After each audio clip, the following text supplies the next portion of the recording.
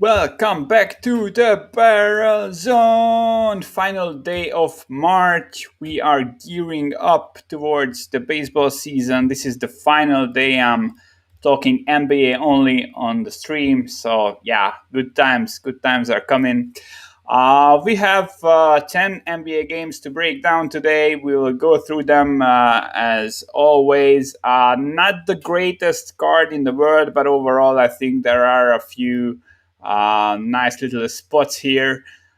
First game of the day, Miami Heat at the Indiana Pacers. Heat laying 1.5 points on the road. I have a small edge here on the Heat, and I kind of like them as well. I haven't bet it yet, but I think this could be a game where we look back like in a few weeks and we just hit our head in the wall that we haven't bet the Heat as a pick'em against Indiana. Heat quite easily beat the Knicks a few days ago, and they have a pretty easy schedule coming up. They will face the Warriors, the Cavs, Lakers without AD and LeBron, etc. I think they will go on a bit of a run here. They are 100% the team for me to back going into the second half of the season. So yeah, but the last few weeks haven't been great for them. They grade 23rd offensively and 25th defensively in points per possession. 1-7 in the last 2 weeks. I mean, yeah, Pacers on the other end just playing 500 basketball. Lamb is questionable for Indiana here. For Miami, Oladipo is still out with a cold.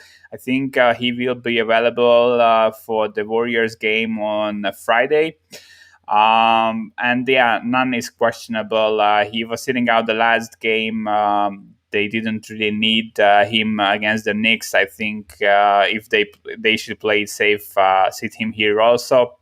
So yeah, Pacers not matching up really well against the Heat. If the Heat, I mean, both teams are great defensively. Pacers the top 10, Heat the top 5 defense. But the Heat have one of the best defenses in the league in the paint, and the Pacers are attacking the rim at the second highest rate in the entire league, but they are just 23rd in field goal percentage. I think the Heat will be able to slow them down. They have the size, they do have the talent. And they are not just a good defense in the paint, but they are also a top 10 defense against three-pointers. And basically, that's all you need to slow down the Pacers. On the other end, we know that the Heat are putting up tons of threes. The efficiency wasn't really there so far, but I'm expecting things to get better in that department. So yeah, they put up the 6 most threes in the league, and the Pacers are the 24th best defense in 3-point percentage allowed to opposing teams. So yeah, overall, I mean, also Miami has the better free throw rate, better rebounding. Normally, they are a team that is out rebounded, but that's not going to happen here, in my opinion. So yeah, I like the Heat. I think the price is fair, but I would still lean towards them in this spot. Portland Trailblazers at Detroit Pistons. 6.5 is the spread. I make this exactly 6.5. I cannot lay this many points. I'm extremely low on the Pistons. They also have some minor injuries. Dennis Smith Jr., Ellington, Okafor, etc. And they are overall like a really bad team, 25th in offensive points per possession, 15th in defense. Their offensive rating is about 10 points lower per 100 possessions than Portland's. That's an extremely huge difference. Blazers fully healthy. Now they have CJ and Nurkic back. They are on extra rest, 7-3 in the last 10 games. They won 3 straight, are sitting in the 6th seed. Overall, I will be fading the Blazers down the line. They have the 3rd toughest overall remaining schedule in the entire league. They had a super easy schedule to start the season, and they could survive even with their serious injuries. But I will be fading them down the line. I think they are not a good team, really, and they grade 29th in defensive points per possession, so they allow the second highest points per possession in the entire league. That's not a team for me that I can lay 6.5 points on the road with. I make it exactly 6.5, as I said. Just skipping this one. All right, next game: Houston Rockets at the Brooklyn Nets.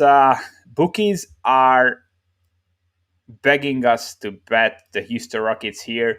14.5 is the spread. I make this between 11 and 12. So I show an extremely large edge on the Houston Rockets, but we are not going to go there. John Wall questionable. Wood is probable with an illness, likely not 100%, even if he plays, but I could see them just sitting him. You have to see that where Houston is heading. They have the second worst record in the league and the toughest remaining schedule out of all teams. I think they will be the team that finishes last. They will overtake the Minnesota Timberwolves in the tankathon and finish with the worst record in the league. I think that's where they are headed. Brooklyn, on the other end, well, they are the favorites to win it all right now. 8-2 in the last 10, rolling. They just tied Philly for the first place in the East, and they are without Kevin Durant. I mean, yeah, I just cannot fade this team, but I have to tell you that I show a big edge on Houston, and I don't think this should be 14.5. Yeah. But not going to touch it. Dallas Mavericks at the Boston Celtics. Interesting game. Basically, Brown is questionable for the Celtics, and his status will probably likely determine which team ends up closing as a favorite. The Bet365 line up currently. Other books are off the board. So Bet365 makes this Dallas minus 1.5. If Brown sits, I make this Dallas minus 1.5. If Brown is in, Boston minus 1.5-ish. So it's basically either way close to a pick'em game.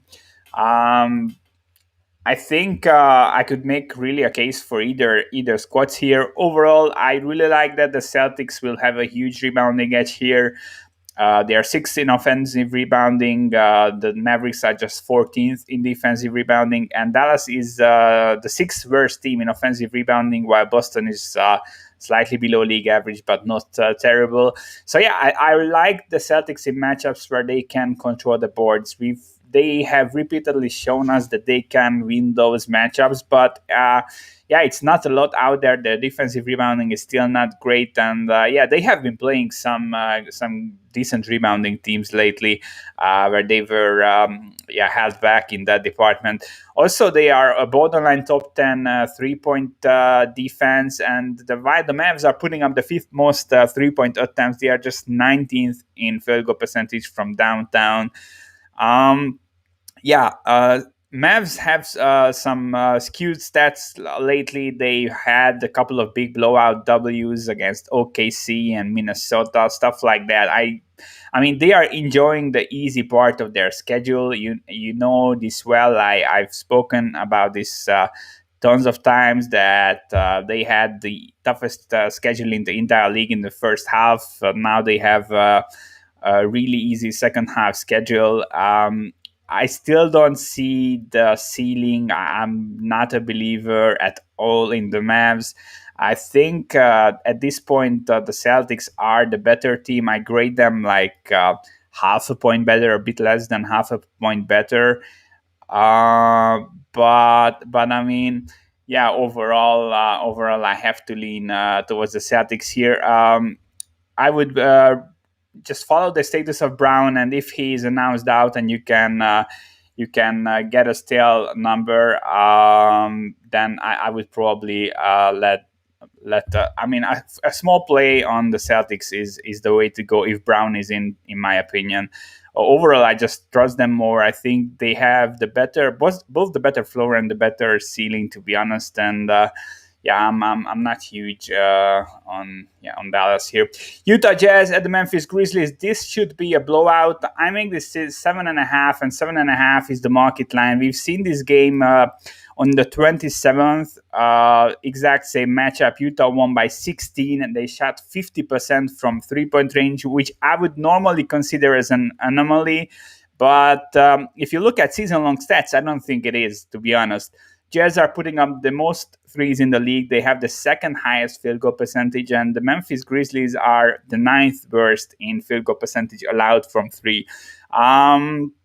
Yeah, overall, I mean, the Jazz are able to take away everything the Memphis Grizzlies have. Usually, they are able to hang in games due to their strong rebounding. They are eighth in offensive and defensive rebounding. Jazz are fifth and sixth on both sides of the ball. The Jazz team grades first in points per possession, both offensively, second defensively, and not just through the entire season, but the same stats through the last 2 weeks. They have a plus 17.7 point differential in the last 2 weeks when they went 7-1 overall. The domination is continuing. While, I mean, on the other side, Memphis just grades 20th overall offensively, 22nd in the last 2 weeks. They have a negative point differential, scoring less than 110 points per 100 possession. This is not a good matchup. Memphis is also putting up the third most mid-range shots in the league. Jazz allowing the third lowest field goal percentage against those shots. And I mean, Memphis isn't really an efficient offense to start with, to be honest. So yeah, not enough shooters. I think the line is perfect, but I think the Utah Jazz are, if you have anything you like and you want to boost the odds a bit, I mean, Jazz money line, perfect parlay, please. They are not going to lose this game. New York Knicks at the Minnesota Timberwolves. Knicks laying 3.5, now 4 on Pinnacle. This opened up as a flat 3 at multiple shops, only New York money. This was the most heavily moving line of the day so far. It was really one-way action on the Knicks, and I think I can agree with it. While I don't think the Knicks are as good as we've seen so far. They sit on the 5th seed in the East, and I don't think they will keep it. I mean, look at the teams who are behind them: Hawks, Celtics, Heat, Pacers. I think those are all better teams than the Knicks. Knicks will also face a top 10 difficult schedule in the second half. Mitchell Robinson is out, no timeline for his return. He just came back from one injury and fractured his foot. Derrick Rose questionable with an ankle issue. He came back from COVID, barely played. Now he hurt his ankle. I mean, yeah, Robinson out is huge, but Rose also hurts the team a bit. But I mean, with all the other guards back, I don't think this is such a huge issue. For Minnesota, Russell is out. Okogie questionable. Beasley is back, but he was super off. I don't remember his exact stat line, but it was extremely bad in his first game back from the lengthy suspension. So yeah, Minnesota 3-7 in the last 10. They lost 2 straight. They have the worst record in the league. I think Houston will overtake them, but for now they do have the worst record. Matchup is super good for the Knicks. They have a sizable rebounding edge on both sides of the ball, especially that the Timberwolves are the worst defensive rebounding in the team and worst defensive rebounding team in the league, and the Knicks are the 9th best offensive rebounding team. Basically, the Wolves are either getting to the rim or shooting a 3. They have the 5th highest rate of shots within 4 feet of the rim, and the Knicks allow the lowest field goal percentage there. And the Knicks allow the 3rd lowest field goal percentage from 3-point range. I mean, this Knicks offense isn't good, but they still roll with a plus 3-point differential in the last 2 weeks, as they grade as the best defense in the league. Through the same stretch, Minnesota's defense grades 28th with a minus 10-point differential. I mean, yeah, it's a really easy handicap. Minnesota is tanking. Knicks want to win, and this is a must-win game for them. They know that the other teams behind them are likely better than them, and they are coming for them. And the Knicks are facing a tough schedule to wrap up the season. 4, I think, is fair. I would make this 4.5. I think if you find anything less than a 4 here, 3.5, I would look at the Knicks. Toronto Raptors at the OKC Thunder. Ugliest game of the day by a country mile. These are the 2 of the worst teams in the league. Raptors with the 7th worst record, OKC with the 8th worst record. Both teams lost 3 straight. Raptors are 1-9 in the last 10. They grade as the 29th best defense in the league. This is a team that has had defensive issues through the season, but I mean, the last few weeks have been terrible. Uh, they had a huge COVID outbreak with the team, and no one is the same basically since coming back from COVID. I think part of that is really the things COVID can cause to your body, but the other part is, I think, maybe tanking. I don't think the Raptors are really trying right now.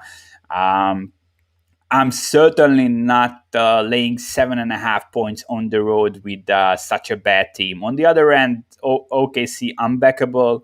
SGA, Dort, Beasley, Horford, Muscala, all out. I think those are basically their five best players. Um, I mean, it's an ugly game. Yes, at full strength, OKC is a top three 3 point defense, which would theoretically make this a decent matchup for them. But I mean, the good defenders aren't even playing in this game. Just skip this. There is no point in getting involved with this game. Sacramento Kings at the San Antonio Spurs. Spurs laying 2.5 points. This game was played the same matchup a few days ago. Kings closed plus 2.5, minus 111. They won by more than 15 points.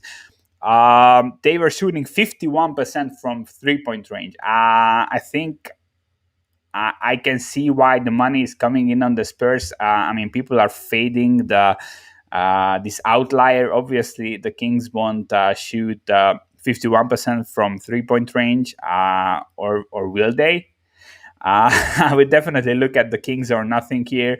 I mean, they had a couple of easy games recently, but still they won five straight. One win away from a playing spot. I think they will get it. Halliburton in the starting lineup, they look way better. I think you can see them playing some defense. It's still not great, but they are an okay defense against mid-range shots that the Spurs are basically putting up nothing as just mid-range shots. I think the Kings are a decent defense against that. They grade as the fourth best offense in points per possession through the last 2 weeks. They grade 21st defensively, the Kings, which is a huge improvement. Obviously, they were grading as the 30th best defense for most of the season. I like the matchup for the Kings a bit. Spurs obviously will have the better free throw rate. The rebounding is close, slight edge to the Spurs. But I mean, the Kings through this win streak, they started to shoot more and more threes, and they like 40% of their shots was a 3 pointer in the game against the Spurs, and we've seen that before that, and since then, in the last like 3 games, they are averaging like almost a 40% shot rate from downtown. I mean, if they continue to do that, I think they will win this game and cover it. I don't see anything in the Spurs, to be honest, at least. I mean, Kings have some youth, way more talented overall team. Spurs, yeah, great fundamentals, great old school style basketball, but I mean, their defense has been pretty bad lately, just grading 26 in points per possession in the last 2 weeks. And you are talking about a team that has been firmly top 10 defensively overall. So, yeah. I'm not putting like too much stock in the recent results. I think the Kings are the right side. This should be 2. We will see. I mean, if this gets to 3, which is currently the direction this is heading, at 3, I will bet the Kings. This is what I said the last time. Really, 3 is my entry point. But yeah, Kings are strongly in for me. Milwaukee Bucks at the LA Lakers, not touching this game. Lakers grading as the worst offense in the entire league since LeBron is out. They are putting up 102 points, almost 103. Let's give them that.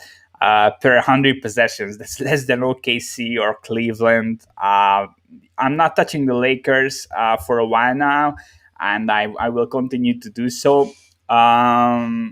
We will see a status update on AD on Friday. He will be re-evaluated on Friday.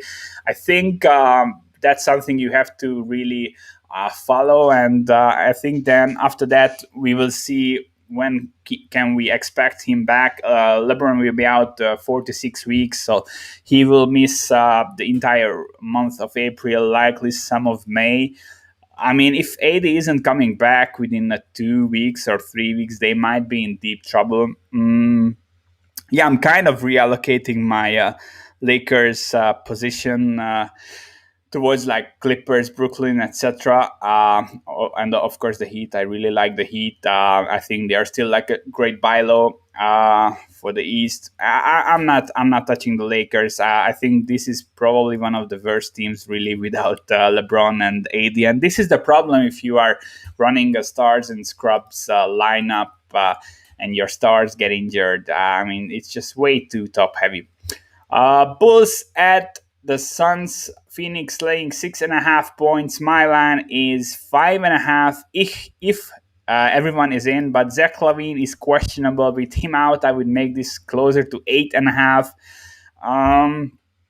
People are fading the Bulls, and I think they really have a nice ceiling, to be honest. But the way things are going, we might not see that ceiling up until next season. Um, Bulls are basically locked into the 10th seed now, nowhere to fall. The teams behind them in the East are the Raptors, the Wizards, the Cavs, the Magic, and the Pistons. All of those teams are tanking. So basically, no matter what the Bulls are doing, they won't fall down from the 10th seed. So they will be in the play-in tournament. But they have a really tough remaining schedule. They play Brooklyn 3 more times. Overall, I mean, the schedule, I just looked at it. It's pretty tough. I like Vooch a lot. I like him with Lavin a lot, but they haven't been playing together really. I mean, since Vooch came in, Lavin had this ankle issue. He was playing through it, but he was clearly not 100%. And now he aggravated the injury in Tuesday's practice. He missed he missed a good part of the practice. He's questionable. I don't think he will play. There is really if I know that the Bulls are locked into the 10th seed, I think they also know that, and there is no reason to push Lavine really. Likely this is a first round exit in the playoffs. Maybe they get to the 8th seed, but I mean, they still can. They have time to get it together, build chemistry, and look good in the play-in tournament. On the other end, Phoenix, second best record, second best point difference in the league, plus 7.2. They might also have the second best record in the West. Still, they grade in the top 10 on both sides of the ball in points per possession. 7-3 in the last 10, 1-3 straight. Huge mismatch between the Phoenix offense and Bulls defense. Phoenix also has the better turnover rate, but I mean, I'm still bullish on the Bulls long term. As I said, they have the way better rebounding, third in defensive rebounding against the 22nd ranked offensive rebounding of Phoenix. Suns. I mean, the biggest and only strength really is rebounding, and the Aiton isn't a good player, and I think the Bulls will be able to slow them down. Also, Chicago is allowing the 7th lowest field goal percentage from 3-point range. I think if you have strong rebounding and you can limit the good open 3 looks against the Suns, I think you can kind of stay competitive. I wouldn't touch this game if Lavin is out, but if he is announced in and we are still getting a 6.5 or 7, I think the Bulls are the side. But it's really tough. You will most likely find value on the Bulls in a position like this. They lost 4 straight games. Phoenix won 3 straight games. This is where you won't find value on the Suns, but you have to buy some Bulls stock. But as I said, I really want to sit this one out, get Lavin back, get some games under their belt with Vooch, and basically geared towards the play-in tournament. And this is a long-term team that's building for the long term and not like for this season. All right, this is it for today. Tomorrow I'm coming back with some baseball finally.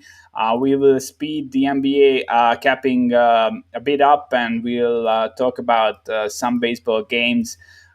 We will figure out how the things will go. But from now on, I'm switching to a fixed schedule. So streaming on all weekdays and taking the weekends off. So you will see me on Thursday and Friday talking both NBA and MLP.